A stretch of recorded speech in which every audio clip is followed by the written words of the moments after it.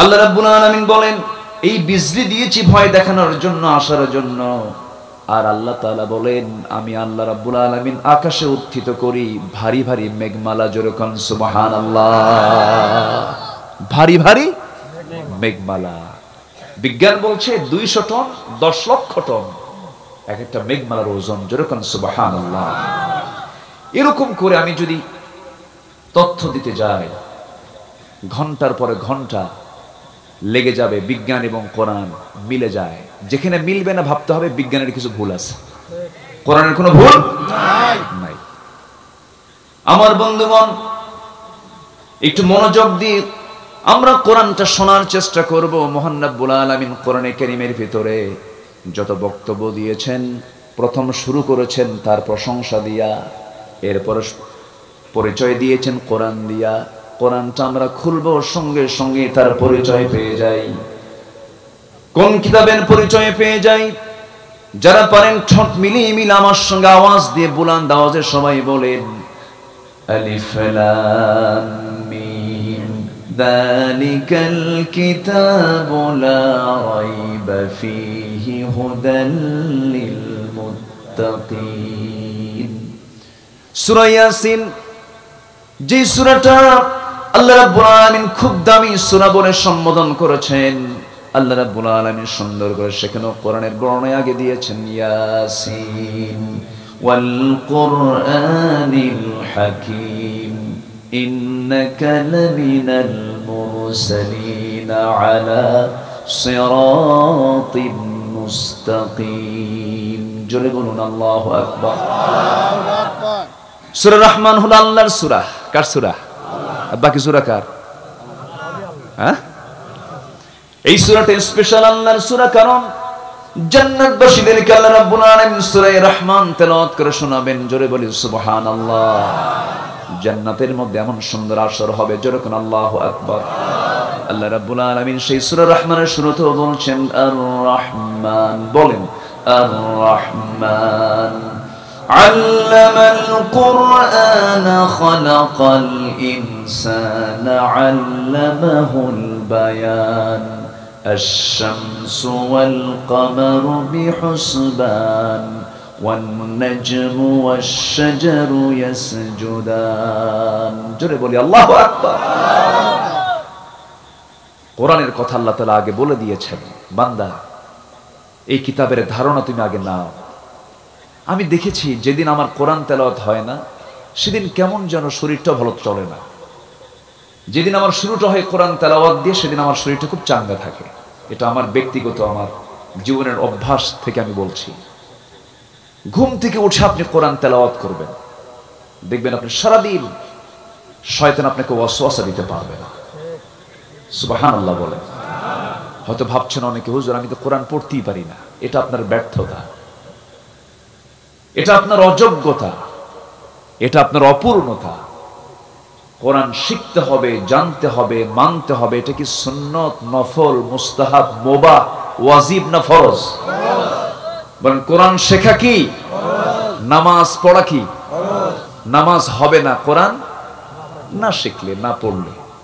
যেটা না শিখলে নামাজই হয় না, তো সেই শেখার গুরুত্ব সবচেয়ে কম না বেশি?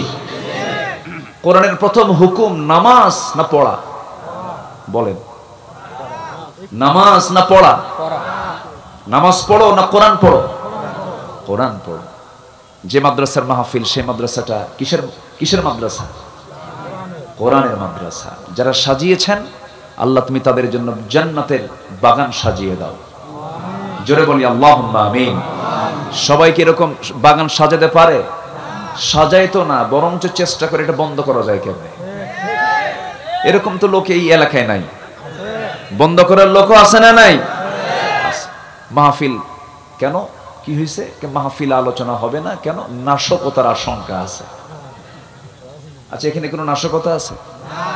কোনো কিলে আছে?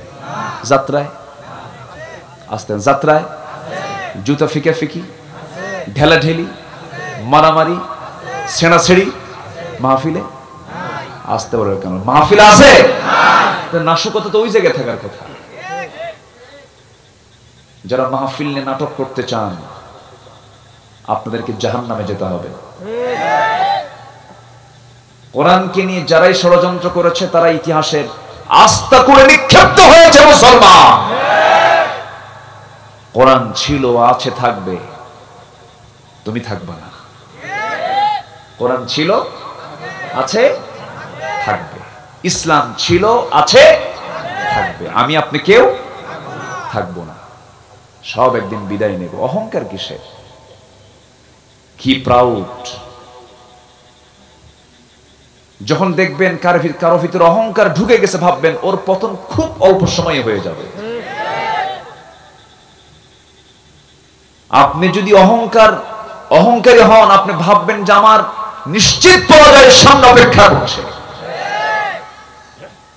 অহংকার কখনো বান্দা দেখাতে পারে না। অহংকার কার যোগ্যতা?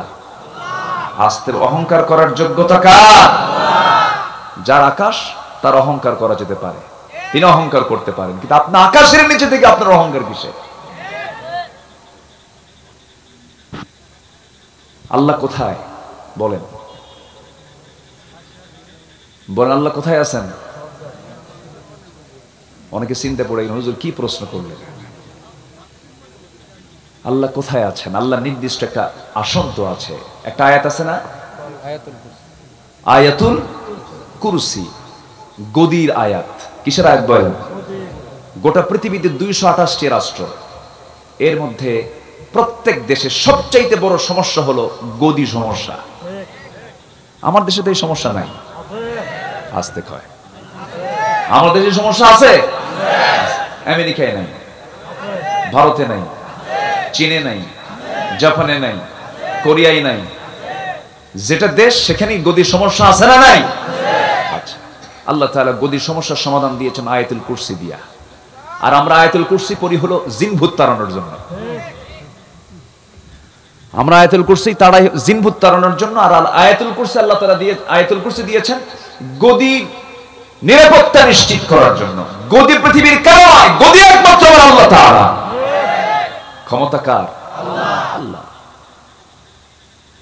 আল্লাহ রাব্বুল আলামিন তিনি কোথায় আছেন, তার আসনটা কোথায়, সবার জানা আয়াত আমার সঙ্গে মিলিয়ে পড়েন, সব পেয়ে যাবেন। ওয়াসিআ কুরসিয়ুহুস সামাওয়াতি ওয়াল আরদ ওয়ালা ইয়াউদুহু হিফযুহুমা ওয়া হুয়াল আলিয়্যুল আযীম। জোরে বলুন আল্লাহু আকবার। আমার আল্লাহ এত দূরে, কত দূরে আমার আল্লাহ। একটু কান লাগাবেন, মনোযোগ দিয়ে শুনবেন। আমরা কত ক্ষুদ্র একটা মানুষ, আমরা ক্ষুদ্র কত মাখলুক, দেখেন কত ছোট। এই পৃথিবী, যে পৃথিবীতে আমরা বসবাস করছি, এই পৃথিবীর চাইতে সূর্য হলো 13 লক্ষ গুণ বড়।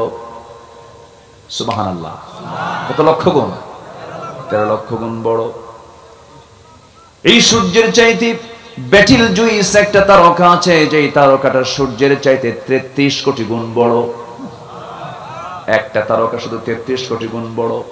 এরকম কোটি কোটি তারকা নিয়ে আল্লাহ তাআলা একটা গ্যালাক্সি তৈরি করেছেন। Proxima Centauri, Alpha Centauri, Betelgeuse, Ardra, এই সমস্ত তারকাগুলো কোটি কোটি তারকা আল্লাহ রাব্বুল আলামিন মহাশূন্যে ঝুলিয়ে রেখেছেন। এক একটা গ্যালাক্সির ভিতরে 500 বিলিয়ন করে তারকা রেখে দিয়েছেন। 500 বিলিয়ন, মিলিয়ন না কিন্তু, 500 বিলিয়ন। কোটি কোটি গ্যালাক্সি মহাশূন্যে আছে। এই মহাশূন্যের কথাটাই শুধু বললাম। মানুষ চাঁদের দেশে গেছে 70 দশকে। নীল আর্মস্ট্রংরা চাঁদের দেশ সফর করেছেন, সেখানে তারা চাঁদের মধ্যে ফাটা চিহ্ন দেখতে পেয়েছেন। কালেমা পড়ে মুসলমান হয়ে গেছেন। ফাটা চিহ্ন আসলো কেন? কারণ নখের ইশারায় ফেটেছেন মুহাম্মদ সাল্লাল্লাহু ইনশাক্কাল কামার। আমার নবীজি কত বড় বিজ্ঞানী ছিলেন। মানুষ চাঁদের দেশে গেছে, সূর্যের দেশে যেতে পারছে নাকি? যেতে পারে নাই। এখন এই লোকগুলো যদি ভাবে চাঁদ দেখলাম, একটু তারকা দেখতে যাব, পৃথিবীর সবচেয়ে নিকটবর্তী চাঁদ, পৃথিবীর সবচেয়ে নিকটবর্তী তারকা হলো প্রক্সিমা সেন্ট্রাই। প্রক্সিমা সেন্ট্রাই যদি কেউ যেতে চায়, বর্তমান দুনিয়ার সবচাইতে দ্রুতগামী নভোযান হলো যানবাহন না, কিন্তু নভোযান হচ্ছে অ্যাপোলো 11। এই অ্যাপোলো 11-এ যদি কেউ চড়ে যেতে চায়, অ্যাপোলো 11-এর গতি হলো প্রতি সেকেন্ডে যায় 11 কিলোমিটার, প্রতি মিনিটে যায় 660 কিলোমিটার, প্রতি ঘন্টায় চলে হলো 39,000 কিলোমিটার। যদি কেউ 39,000 কিলোমিটার পার আওয়ার গতিবেগে যদি কেউ রওনা দিয়ে দেয় সেই নভোযানে চড়ে, তাহলে তার এই প্রক্সিমা সেন্ট্রাই নামক প্রথম যে কাছাকাছি যে তারকাটা আছে, তার যেতে সময় লাগবে 1,15,000 বছর মাত্র। যাবেন কারা কারা? হাত তুলেন। সম্ভব? আচ্ছা, আমার আলোচনায় কি বিরক্ত হচ্ছেন নাকি? আমার আলোচনার মধ্যে কিন্তু তারনের বান্দের কলা খাইছে ইন্দুরা, হাবিজাবি এগুলো আমি বলি না, আমার অভ্যাসটা নাই। আমার আলোচনার 24 বছর। 2002 সালে তামাই মাহফিল থেকে আমার এই এলাকায় আসা শুরু। 2002, এখন 2000 কত? 23। 21 বছর আগে আমি এই বেলকুচি থানায়, বেলকুচি উপজেলায় আমার প্রথম আসা হয়েছে। বেলকুচির এমন কোন ইউনিয়ন নাই আমি যাই নাই। এলাকার মাটি, মানুষ, ভাষার সঙ্গে আমি পরিচিত। কোন নেতা কোন দল করে তাও জানি। কথা বোঝেন নাই? সবাইকে চিনি, সবাই আমার আপনজন। তবে এই 24 বছর মাহফিল করে এটাই বুঝলাম, ওয়াজ শুধু করেই সমাজ পরিবর্তন করা যাবে না। সমাজ পরিবর্তনের জন্য কোরআনটাকে জায়গা মতো পাঠাতে হবে। আস্তে বলবেন না, জোরে বলুন ঠিক কিনা? কথা আছে, আস্তে আস্তে শুনতে হবে। কিন্তু একজন জুতা হাতে নিছে, চলে যাচ্ছে মনে হয়। ও একটু অসুস্থ মনে হয়। আচ্ছা ঠিক আছে, বসেন। বেলকুচির মানুষ ভদ্র। আমি রিয়েলি আপনাকে সন্তুষ্ট করার জন্য, আপনাকে খুশি করার জন্য বলছি না। খুশি করার জন্য বললে তো আল্লাহ আমাকে ধরে ফেলবে। অন্যান্য অঞ্চল থেকে একটু ভিন্ন, এটা স্বতন্ত্র কিছু গুণ আছে এলাকার মানুষের। বলি আলহামদুলিল্লাহ। বেশি না বলি আবার ফুলে উঠবেন, বেশি না বলি। তাহলে সামান্য সবচেয়ে নিকটবর্তী এটা তারার দেশে যেতে সময় লাগতেছে 39,000 পার আওয়ার গতিবেগে নভোযানে চড়ে 1,15,000 বছর। আপনি বাঁচবেন কয়দিন? সম্ভব না। এরপরে আছে হলো বিশাল মহাশূন্য, প্রথম আকাশ, দ্বিতীয় আকাশ, তৃতীয় আকাশ, পঞ্চম আকাশ, ষষ্ঠ আকাশ, সপ্তম আকাশ। একটা আকাশ থেকে আর একটা আকাশের দূরত্ব কত?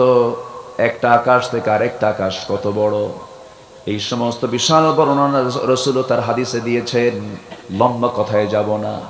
এত বিশাল মহাশূন্য, 7টা আসমানের উপরে, আর আল্লাহ তাআলা আরশে আজিম, আল্লাহ তাআলা সেখানে সমাসীন আছেন। আর রহমানু আলাল আরশি ইস্তাওয়া, সেখানে তিনি সমাসীন আছেন।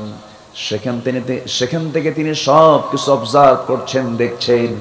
তবে আল্লাহ তাআলার ইলম সব জায়গায় আছে না নাই? আসতে বলবেন না, আছে না নাই? আমি এখানে কথা বলছি, এই যে এতগুলো ক্যামেরা আমার রেকর্ড করতেছে, এই ক্যামেরাগুলো বানিয়েছে কারা বলেন? মানুষ বানিয়েছে। সেই মানুষকে বুদ্ধি দিয়েছেন কে? জ্ঞান দিয়েছেন কে? আর আল্লাহ তাআলা জ্ঞান দিয়ে বলছেন, ও বান্দা, আমি তোমাকে যে জ্ঞানটা দিয়েছি, ওমা উতিতুম মিনাল ইলমি ইল্লা কালিলা, সামান্যতম জ্ঞান আমি তোমাকে দিয়েছি, খুবই নগণ্য জ্ঞান দিয়েছি। তাই দিয়ে যে ভিডিও ধারণ করছে, রেকর্ড করছে, লাইভে গোটা দুনিয়া সাপ্লাই হয়ে যাচ্ছে। আগামীকালকে কোটি কোটি মানুষের মাঝে রেকর্ডগুলো চলে যাবে। মানুষের দ্বারা যদি এমন রেকর্ড করা সম্ভব হয়, আমার আপনার রেকর্ড করার জন্য মনে হয় আল্লাহর কোনো ক্যামেরাই নাই। আছে? মনে অসল হয়ে গেছে, ব্যাকডেটেড, আগের কিছু। আমার আল্লাহর প্রযুক্তি আরো উন্নত মানের। এমন কিছু নাই যা রেকর্ড হয় না। রেকর্ড করার জন্য সর্বক্ষণ আছেন কিরামান কাতিবিনা يعلمون ما تفعلون জোরে বলি আল্লাহু আকবার। আল্লাহ তাআলা আমাকে কত সুন্দর করে বানালেন, বানিয়ে বলছেন বান্দা শোনো, হার জিতের জন্য একটা দিন আমি তোমার জন্য রেখে দিয়েছি। ওই দিনটাই হলো মূলত হার জিতের দিন। হেরে যাবে না হয় জিতে যাবে, সেই দিনটাই হলো আসল দিন। সেই হার জিত নামে একটা সূরার আজকে তেলাওয়াত আমি করেছি। সেই সূরাটার নাম হলো সূরাতুত তাগাবুন। সূরাতুত তাগাবুন, তাগাবুন মানে হলো হার জিতের সূরা। কিসের সূরা? হার জিত, হেরে যাওয়া নয় জিতে যাওয়া। সেটা কি দুনিয়ার হারা জেতা না হাসরের দিন? কিসের দিন বলেন? হাসরের দিন। আমার আল্লাহ আমাকে বানিয়েছেন, তিনি আবার আমাকে মৃত্যু দিবেন, আবার আমাকে জিন্দা করবেন, আবার আল্লাহর মুখোমুখি হতে হবে। এতে কোনো সন্দেহ আছে নাকি? আসতে বলবেন না, সন্দেহ আছে? অনেকে বলে মরে গেলে হাড্ডি ছিঁড়ে গেলে তেনা, মরে গেলে হাড্ডি ছিঁড়ে গেলে তেনা। নগদ যা পাও হাত পেতে নাও, বাকির খাতায় শূন্য থাক। দূরের বাদ্য কিলাপ শোনে, মাঝখানে যে বেজায় ফাঁক। নাস্তিকদের কথা সাইজ দেখছেন? মাঝখান দিয়া আসাদ নূর নামে এক জাহান্নামের নরকীট বদমাইশ আল্লাহ নিয়ে রাসূল নিয়ে খুব বাজে কথা বলল।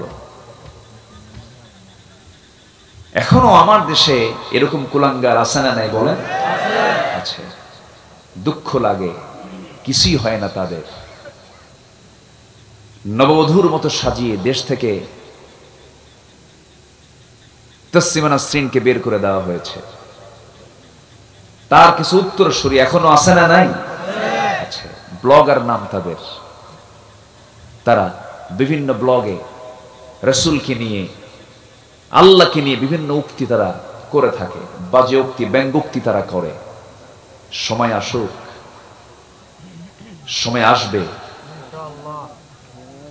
রাসূল আমার কলিজার চাইতেও কম প্রিয় না বেশি প্রিয়?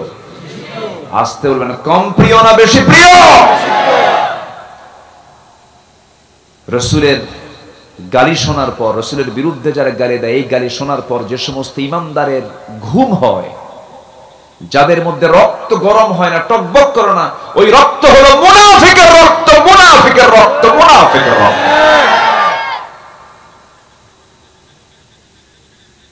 রাসূলকে যারা গালি দেবে, সেদিন আমার বাপও হয়, ছাড়বো না। আসতে বলবেন না, ছাড়বো না, ছাড়বো না। দিন আসবে, আসবে না? ফেরাউন কিন্তু 1 মিনিট আগেও জানে নাই এই দরিয়ার মধ্যে আমাকে সুবান খেতে হবে। ও কিন্তু জানতো না এটা, বরঞ্চ ফেরাউন এটাই জানতো চতুর্দিকে আমার বাহিনী। মুসাকে আমি দরিয়ার মুখোমুখি করেছে, আজকে মুসাই পানিতে ডুববে। আল্লাহ বললেন ঠিক আছে, ডুববে অবশ্যই একজন, কিন্তু মুসা না, তুই ফেরাউন। কথা বোঝেন না? মুসাও জানতেন না, মুসা আলাইহিস সালাম তিনি জানতেন না যে আমার জন্য আল্লাহ তাআলা কিছুক্ষণ পর আন্ডারগ্রাউন্ড কি বলে সমুদ্র চিরে আমার জন্য একটা নয় 12টা রাস্তা তৈরি হবে, এটা তিনিও জানতেন না।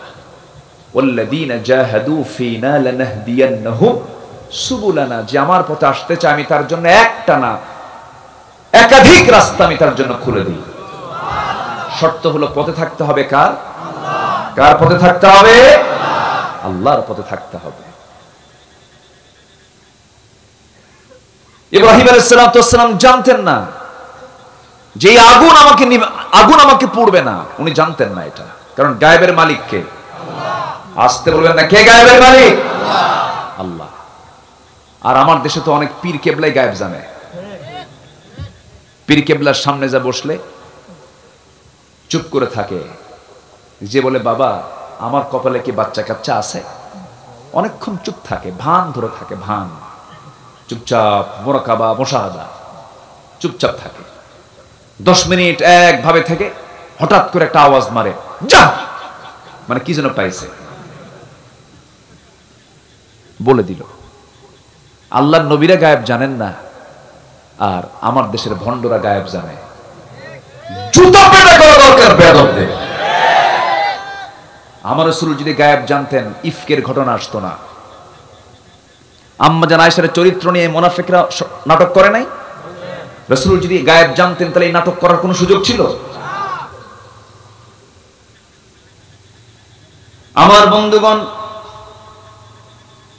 আখিরাতের বিশ্বাস যার আছে, নবীর প্রতি বিশ্বাস যার আছে, জন্ম আমার হয়েছে, মৃত্যু হবে, আবার আমার জিন্দা হতে হবে, এতে কোনো সন্দেহ নাই। আমি জিন্দা হয়ে কার সামনে হাজির হব?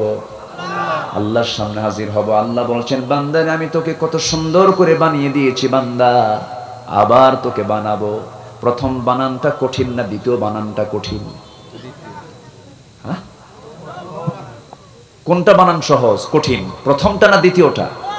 প্রথম বানানোই তো কঠিন। আল্লাহ আমাকে প্রথমবার বানাইছেন, এটা যদি পারেন তিনি কি দ্বিতীয়বার বানাতে পারেন না? কি সুন্দর করে বানিয়েছেন।